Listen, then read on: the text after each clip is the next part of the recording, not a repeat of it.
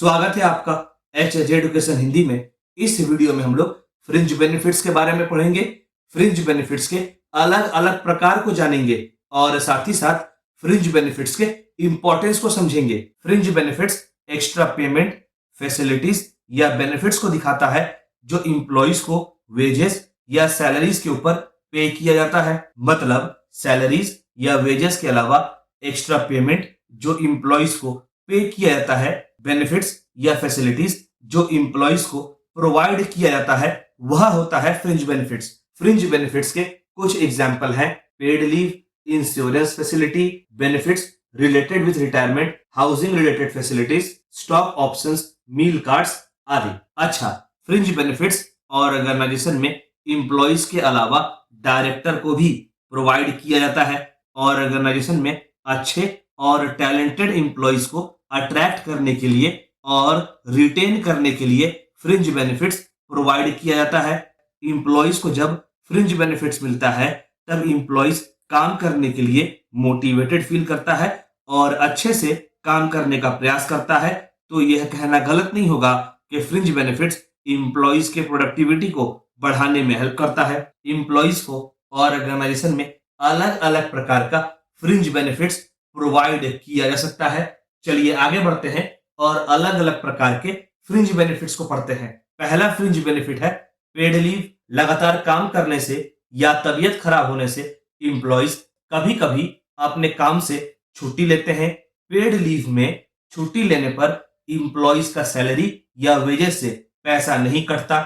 हमें पता है कि एक ही काम को लगातार परफॉर्म करने से इंप्लॉइज अपने काम से बोर होने लगते हैं और इससे उनका काम से जुड़ा प्रोडक्टिविटी घटने लगता है।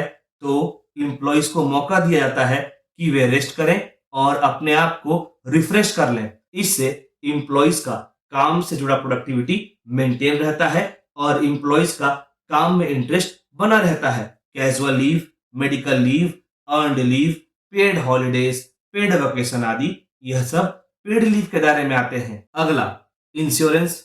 ऐसा हो सकता है कि काम करने के दौरान, जॉब करने के दौरान इंप्लॉय बीमार पड़ जाए या वर्कर को काम करने के दौरान चोट लग जाए। बीमारी को ठीक करने में और चोट को ठीक करने में खर्च लगता है। तो इन सब खर्चों से इंप्लॉइज और वर्कर्स को प्रोटेक्शन प्रोवाइड करने के लिए ऑर्गेनाइजेशन इंप्लॉइज को इंश्योरेंस प्रोवाइड करती है ताकि इंप्लॉइज का जरूरी मेडिकल एक्सपेंसेस कवर हो सके। अगला बेनिफिट्स रिलेटेड विथ रिटायरमेंट। जो इंप्लॉय जॉब स्टार्ट करता है, किसी संस्था को ज्वाइन करता है, तो उसे एक ना एक दिन रिटायर होना होता है।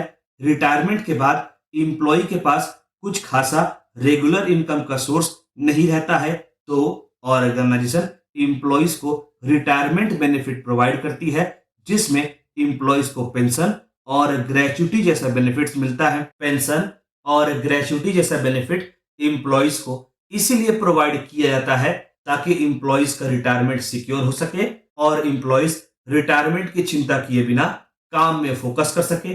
अगला housing related facilities. Organization employees को हाउसिंग फैसिलिटीज भी प्रोवाइड करती है। कुछ केसेस में इंप्लॉइज को रहने के लिए घर दिया जाता है और कुछ केसेस में इंप्लॉइज को हाउस रेंट प्रोवाइड किया जाता है। कभी कभी जॉब के लिए इंप्लॉय को एक शहर से दूसरे शहर जाना पड़ता है और दूसरे शहर में रहकर काम करना होता है।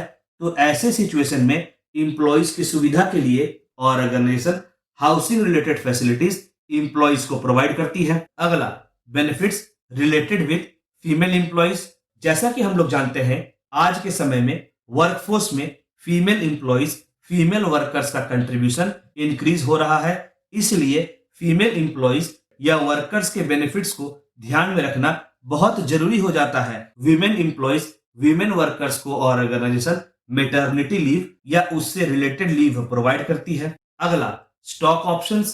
प्रत्येक ऑर्गेनाइजेशन में कुछ बहुत ही हाई परफॉर्मिंग इंप्लॉइज होते हैं जिनकी वजह से ऑर्गेनाइजेशन को काफी फायदा होता है।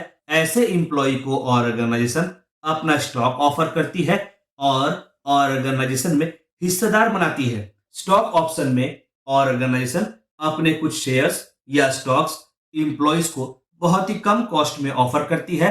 किस इंप्लॉय को कितना शेयर दिया जाएगा वह उसका पे scale, term of service, salary आदि फैक्टर पर डिपेंड करता है। जब इंप्लॉय ऑर्गेनाइजेशन से एग्जिट लेता है तो ऑर्गेनाइजेशन वह स्टॉक या वह शेयर इंप्लॉय से वापस खरीद लेती है। अगला, मील कार्ड्स। कुछ ऑर्गेनाइजेशन इंप्लॉयज को मील कार्ड्स प्रोवाइड करती है जिसकी सहायता से इंप्लॉयज ऑनलाइन खाना मंगा सकता है, सेलेक्टेड रेस्टोरेंट में पेमेंट कर सकता है, ग्रोसरीज मंगा सकता है। मील कार्ड का एक लिमिट होता है। मान लीजिए मील कार्ड का बैलेंस या लिमिट है 1000 रुपए, तो इंप्लॉय 1000 रुपए तक का ऑनलाइन फूड ऑर्डर, रेस्टोरेंट में पेमेंट या ग्रोसरीज परचेज कर सकता है। इसके अलावा इंप्लॉयज के बच्चों के लिए educational facilities, mobile facilities, transport facilities, entertainment का प्रोविजन आदि और भी फ्रिंज बेनिफिट्स इंप्लॉयज को प्रोवाइड किया जा सकता है। अच्छा, यह कहना गलत नहीं होगा कि फ्रिंज बेनिफिट्स इंप्लॉयज के ओवरऑल कंपनसेशन का एक बहुत इंपॉर्टेंट पार्ट होता है। चलिए आगे बढ़ते हैं और फ्रिंज बेनिफिट्स के इंपॉर्टेंस को समझते हैं।